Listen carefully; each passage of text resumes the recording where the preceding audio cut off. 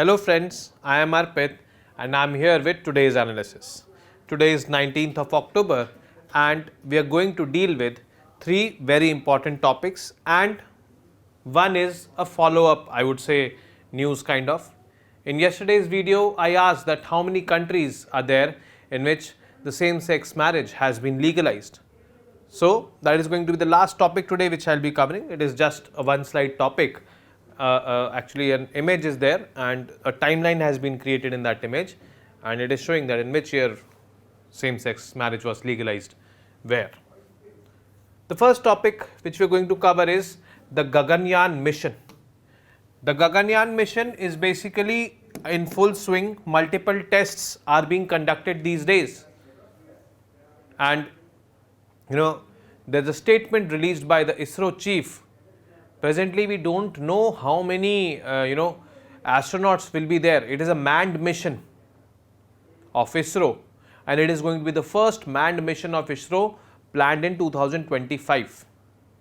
Actually it was there planned in 2022-23 only, but due to COVID it got delayed, and now it is the launch date is 2024-25, and presently it is not clear that how many astronauts we will be sending on this. But yes, we need to understand the details, the basics of the Gaganyaan mission. That is, it will be sent to the low Earth orbit, LEO. Low Earth orbit is basically 1000 to 1200 kilometers from the surface of the Earth. This is something which is a general understanding about this. In this topic, we will study what is going to be the significance of this, how many countries have sent man-made or manned missions to, I would say, the space before this, although Indian astronauts have gone to the space like Rakesh Sharma and all, but those people did go, or those projects were launched by other countries like Russia or USA. So we will study this. Then next is Teesta water dispute. Per se, nothing is with respect to this topic is not in news, but yes, this river in itself, the Teesta river, where due to the glacial outburst which we covered in the first week of October, a flood-like situation is there, and it is that Teesta river on which we have a dispute with our neighboring country, Bangladesh. And this dispute is long-lasting or long-standing dispute it is, and we here will study that what is the dispute, why is the dispute. Okay. And the last topic is World Habitat Day for this day. World Habitat Day basically is celebrated on the first Monday of October every year. I know that this is gone. This was on 2nd of October. Was not able to cover at that time. It was long pending, but yes, today I will be picking it up. But we need to understand one thing, that the World Habitat Day, every year it keeps on changing because it happens or it is celebrated on the first Monday of every October. So first Monday of every October every year will be a different date. So this is basically the scenario. Last year it was 3rd of October. So let's get started. The Gaganyaan mission. It is going to be India's first manned mission to space. And where are we going in the space? We are going in the low Earth orbit. Low Earth orbit, which is 1000 to 1200 kilometers from here. By doing this, we will actually strengthen our capabilities in the space missions. We will be the 4th country to send manned missions to the space after US, Russia and China. It will also open avenues for space tourism in the times to come. It will also open avenues for India to establish its own space station in the low Earth orbit, just like the International Space Station is placed. This may also give us inspiration to our youth basically to indulge more and more in scientific experiments as well as, I would say, space experiments. So this obviously is going to be a very big mission for the country. just like Chandrayaan 3 was. When is it going to be launched? It is going to be launched somewhere in 2025. Now, the ISRO chief basically gave a statement that we seeked support from USA and Russia, but we have been denied support. So we are developing some of, I would say, the projects which are there in the Gaganyaan, which are involved in Gaganyaan indigenously. And for that purpose, hundreds of tests are being done. Let's be hopeful that these tests be successful and the mission overall becomes successful.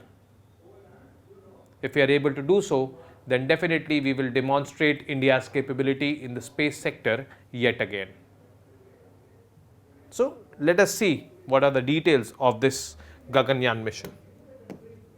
Strengthened human rated rocket is ready for Gaganyaan. So this is the rocket which is going to carry the crew. This is ready. But there are other things which are also involved in this projects that are under, I would say not construction, but yes, under, I would say, development. Now, ISRO chairman says hundreds of tests are planned as India prepares to send astronauts into the space in 2025. He says it sought a lot of technology from Russia, Europe and the US, but many didn't come from them. So the space agency will have to develop systems such as environmental control and life support systems internally. So these are the two systems which will have to be developed internally, among other systems also. But yes, this denial or this refusal by Europe or America can be looked as an opportunity for us, opportunity to demonstrate self-capability or self-reliance in these sectors. He says the number of astronauts to be sent to the orbit in the first attempt is not fixed yet. There are speculations that there will be 3 astronauts and 1 humanoid. Humanoid is a robot, Vyomitra. They will be sent. But yes, this has not been fixed as per the ISRO chairman's, I would say, statement. So it is going to be India's first crewed mission scheduled to be launched in 2022. However, due to COVID-19 pandemic, it has been postponed to 2024-25. This is basically Gaganyaan. Now about this mission, let's go into the details of this mission. The mission consists of a crewed orbital spacecraft that is expected to take astronauts to space for a period of 7 days. How many astronauts? Not fixed yet. But speculations, 3 astronauts and 1 humanoid, means a robot. Objective to demonstrate indigenous capabilities to undertake human space flight missions to lower Earth orbit. Lower Earth orbit, 1000 kilometers roughly from the Earth's surface. The spacecraft, which is being developed by Indian Space Research Organization, consists of a several module and crew module. Service module and a crew module. Collectively, the service module and the crew module are called as orbital modules. This is basically the orbital module which will be comprising of the service and the crew module. Now, when I mentioned here that it is being developed by ISRO, ISRO alone is not developing it. It is basically a joint initiative by ISRO, HAL, that is Hindustan Aeronautics Limited, and DRDO, Defense Research and Development Organization. So some of the projects or sub-projects are being undertaken by HAL, some are being undertaken by DRDO and some by ISRO obviously. Launch and all will be undertaken by ISRO, but yes, all these two organizations also have a considerable amount of contribution in this Gaganyaan. So these are the facts related to Gaganyaan. Now, significance of this particular project, the Gaganyaan mission. First is, if India succeeds in sending, this mission becomes successful, then India will be the 4th country to send a manned mission to space. USA, China and Russia. These 3 are the countries who have successfully sent manned mission to space. It will re-establish India's space research position amongst giants such as US, China and Russia. It will also give boost to India's ambition of setting up its own space station. just like the International Space Station. And what this space station will do? It will conduct in, or it will indulge in space R&D from space only. It is going to be kind of a laboratory in the space, in the low Earth orbit, and it will be conducting researches with respect to space and with respect to the phenomena happening on the Earth as well. So it is going to be like this, but there's a lot of time in this. Then the mission will provide unique opportunity to inspire and excite Indian youth. This is basically very, I would say, a phenomenal significance of this, that many children, young people, they will be inspired and attracted towards the space sector, and space has immense opportunities or immense scope this has. Now we should be viewing space sector in a very broad, I would say, dimension. There have been, certain articles in the newspaper that India is wasting so much of resources on its space missions. If these resources are diverted for eradication of poverty and hunger, we would have become developed earlier. Now when Chandrayaan 3 became successful, there was basically someone from Europe, I would say a news anchor in UK. He said that, we want our money back from India, because India is, if India is capable of launching such kind of missions, then India should not be taking, aid from us, which sparked a furor on the, I would say, social media. But we need to understand one thing as aspirants. We need to understand that these space missions definitely have some socio-economic implications which impact directly the poor people. Like space missions, satellite missions and all, they are used for weather forecasting, weather prediction. They are used for communication. So the poor farmers in the rural areas, they can use, or they can take the help of these weather forecasting or weather prediction satellites. Communication, they can use these satellites for communication. Like many, I would say, scientific programs which give awareness to the farmers, they are aired through the satellites. A concept known as telemedicine, which uses satellite communication, whereas doctor sitting in an urban area can treat patients sitting in rural areas. So these kind of implications are there, socio-economic implications are there, and that is why we need to see the space sector in a very broad way. And UPSC also asked the questions exactly on these lines in 2016 or 17. The question was, what have been the space missions of ISRO this year, or list out the space missions of ISRO this year. And the second half of that question was, what have been its socio-economic implications of those missions. So it is making you to think on wider dimensions, and you need to think if you have to tackle such kind of questions. Space is also helping us in extending international diplomacy. Like, for example, last year, December 2022, we opened up or we launched, I would say, a satellite for Bhutan. And we, in 2023 starting, we opened up a, I would say, base station which will be monitoring the data coming from that satellite. And what kind of data is coming? That satellite will be, clicking high resolution images for Bhutan, which will help Bhutan in conserving its natural resources. And Bhutan is very, I would say, fond of conserving its environment. But Bhutan does not have space technology, so we gave Bhutan that. That definitely will help us or help our relations to deepen with Bhutan. So like this, we have to think and connect with respect to space programs. Now comes Vyom-Mitra. Vyom-Mitra is also part of this only. Vyom-Mitra is that humanoid. Humanoid means half of it, means the upper half of the body looks like a human. He is having limbs also, like hands and all you can see, face. And the lower half is kind of a robot. So this humanoid will also be going along with the astronauts on this mission.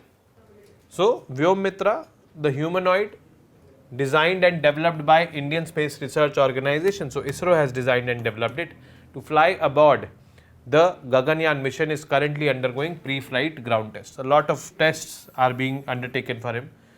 Like when you go up, there are a lot of vibrations and all. So how will you react to those vibrations? How your body will react? The sensors and all, will they be displaced or something like these? All these implications will be there. It is a half humanoid lacking lower limbs. The AI enabled robot is designed to fly aboard a rocket withstanding vibrations and shocks during the flight. And since it is AI enabled, it is a robot, so whatever data it will be or whatever it will be experiencing, that will be being stored in a minute in the memory of this robot, and there can be possibilities that it may be relayed to the ground stations in real time, which will not be done by the humans over there in the mission. So some humans and this humanoid will be there on this Gaganyaan mission whenever it will be launched, 2024-25. But how many astronauts? Not sure yet. Teesta River dispute. This dispute is a long-standing dispute between India and Bangladesh. There was an agreement, an ad hoc agreement given in 1983, which was not acceptable to Bangladesh. That agreement gave more water to India. A revised agreement in 1984, again not acceptable to Bangladesh, because the 1984 agreement increased the allocation of waters for India and Bangladesh both, but India had more amount of water as compared to Bangladesh according to that agreement. Bangladesh was not happy again. Bangladesh has been demanding equal sharing in the Teesta River dispute. But India is adamant not to give, because if India will increase Bangladesh's share, because India is having this much, Bangladesh is having this much, so we will have to increase Bangladesh's share to make it equal. Then that increase in share of Bangladesh will reduce the water availability in India, which the Indians do not want, and especially in West Bengal, where the staple food is rice as well as fish. They do not want this to happen, and that is why in 2011 the Manmohan Singh government almost finalized a deal with the Bangladesh government, but the Trinamool Congress, Mamata Banerjee, they actually did not let this deal to happen. There were threats that she will withdraw support from the coalition in the center, and the government prioritized political stability in the country as compared to resolving any water conflict with other countries at that time. So the issue still stands long, and let us discuss in detail what this issue was. So first we will see the Teesta River dispute. Despite remarkable progress, the unresolved Teesta water sharing issue looms large. Remarkable progress in overall relations with Bangladesh. The trade relations, very good presently. Cultural relations, very good. Geopolitical, geostrategic relations, very good presently. But one issue, the Teesta water issue, at times it seems that it overshadows all the good parts or all the good relations with Bangladesh. What is this Teesta River issue? Let us discuss. First of all, we should know the basics of Teesta. Teesta River originates in Sikkim, and it is basically experiencing floods due to that glacial outbursts which we covered. It originates from the Charamu Lake, the Kangse Glacier. Teesta flows into Bangladesh from West Bengal and joins the Brahmaputra River over there. So this is the basics of that Teesta River. The dispute, the West Bengal government started construction of a barrage named as the Ghazaldoba Barrage in 1961. Now this Ghazaldoba Barrage was there in 1961 when Bangladesh as a country was not formed. Bangladesh as a country was formed in 1971, and Ghazaldoba Barrage, when it was formed, it was East Pakistan at that time. So Pakistan registered a complaint with us, but yes, we diverted the water of Teesta River by the construction of this barrage. It has opposed this diversion since then, because it said that this barrage would reduce the water availability in the Rangpur region of Bangladesh. Rangpur region is the rice bowl of Bangladesh. Since we have a lot of cultural similarities, the people on the other side of the border, there also the staple food is rice and fish, just like it is in West Bengal. So this became the basis of dispute. In 1983, there is one commission which is known as the Joint Rivers Commission, JRC. JRC was formed in the year 1972 only. As soon as Bangladesh was formed as a country in 1971, in 1972 JRC was formed. Because India and Bangladesh are sharing around 54 rivers. Teesta is just one among them. In total, 54 rivers are shared between India and Bangladesh. And JRC was formed so that the water sharing should benefit both the countries. Any dispute should be resolved. This JRC comprises of people from both the sides, India and Bangladesh. And JRC came out with a plan with respect to Teesta River in 1983. It was an ad hoc agreement. Ad hoc means a temporary agreement for the time being. According to that, 39% of the water was allocated to India, 36% of the water to Bangladesh. Obviously, you can see less water, and 25% was left unallocated. Unallocated why? To maintain the ecological flow of the river, because it was believed that in all the months of the year, the water flow was not same. So it increased, it decreased like this. So to maintain that ecological flow, some had to be unallocated, means nobody had, I would say, rights over that river. But Bangladesh wanted equal sharing after this. So in the very next year, after 1983, the very next year, that is 1984, the Joint Rivers Commission decided that the share should increase. Hence, the share was increased for India and Bangladesh both. India now was having 42.5%, Bangladesh 37.5%, and unallocated was 20%. So the share was increased, but Bangladesh still had less share as compared to India, and this is where the issue still is. So in 2011, an agreement was finalized for 50% each sharing, but it was opposed by TMC's Mamata Banerjee. Hence, the agreement was stalled. It is still stalled.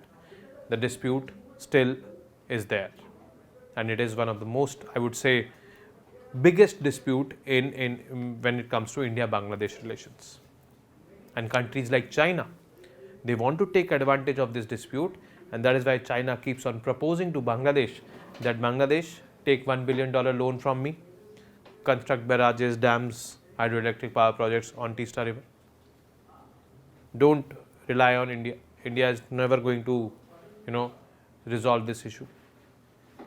So if Bangladesh falls into this, I would say, trap of China, then obviously Bangladesh will start drifting away from India and towards China, which India definitely does not want.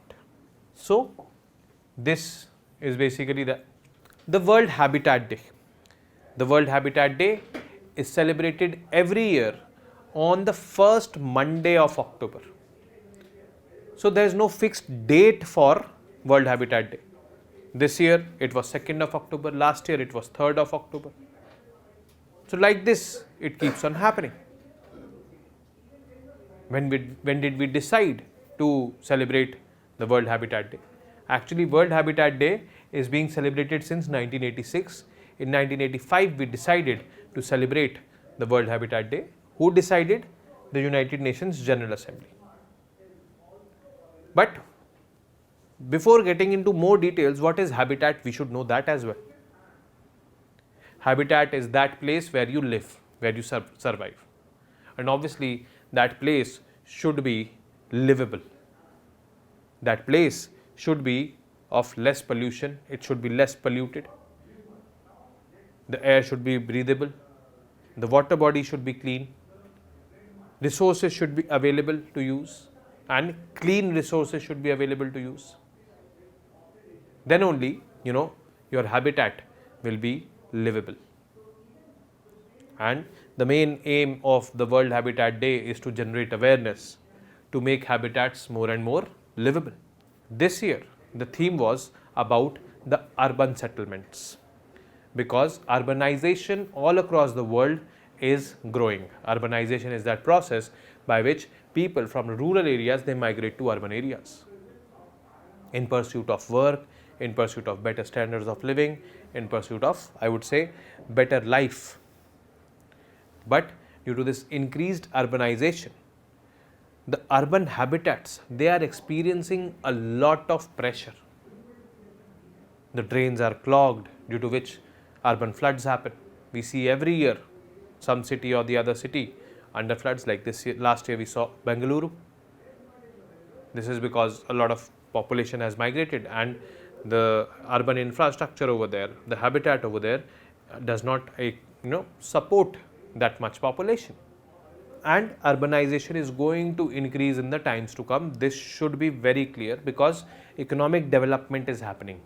There is a general trend and a correlation that as and when economies develop, urbanization also increases. Like in India, according to the last census, that is 2011 census, around 31% of the population lives in urban areas, 31.2%, which is higher than the previous census, higher than the previous census, higher than the previous census, like this is there. So every census after census, we have received, or we have experienced increased urban population in the country, and census after census, we have experienced increased economic growth in the country. So there is a clear-cut correlation. As in, economic growth is there, urbanization is also there, because these factories or these I would say companies, they are established in urban areas only, and these are only doing economic development. These are contributing to economic development. The secondary and the tertiary sector largely. Primary sector is agriculture, which is there in the rural areas. But if I talk about India's GDP presently, more than, I would say, 60% of the contribution comes from the tertiary sector. Around 25 to 30% comes from the secondary sector, and the remaining comes from primary sector, that is agriculture, which is there in rural areas. So more economic activity in urban areas. We need to make urban settlements more sustainable, urban habitats more sustainable, and that is why the theme was resilient urban economies, cities as drivers of growth and recovery. We have to make cities more livable, the habitat over there more sustainable, so that increasing urbanization should be sustainable. It should not be, harmful for the environment. The theme of 2023, evolution of urban development, sustainability, and the role of cities in the economic growth. The theme was resilient urban economies, cities as drivers of growth and recovery, which we saw in the last class as well. Now, 2023 has been a particularly challenging year for urban economies. The global economy growth itself is declining to about 2.5%. And apart from the initial COVID-19 crisis in 2020 and the global financial crisis in 2009, this was the weakest growth experience since 2001, this 2.5%. Keeping aside two exceptional, I would say, time periods, one was COVID-19, when COVID-19 was set in the early 2020s, and 2009 there was a global financial crisis which started in 2008. Apart from these two events, this has been the weakest growth, and weakest growth signifies that urbanization will be slow, but that weakest growth also signifies that the governments will be having less to invest or to spend in urban areas. But population is increasing, they will be moving to settle down in urban areas. So that has to be looked after. And in case of India, economic growth is very high, around 6.5 to 7%, and urbanization rate is also going to be very high. So government has to do or lay a special focus on the urban areas to make urban habitat more and more livable and sustainable. So this is basically the theme. And next is basically a follow-up topic, countries where the same-sex marriage is legal. And if I count these countries, it turns out to be 40. Many of you have mentioned in the comment section it is 35. But yes, you can go through this image and then you can get to know which country legalized same-sex marriage when. This has been taken from Pew Research HRC Foundation news reports, this image. Okay.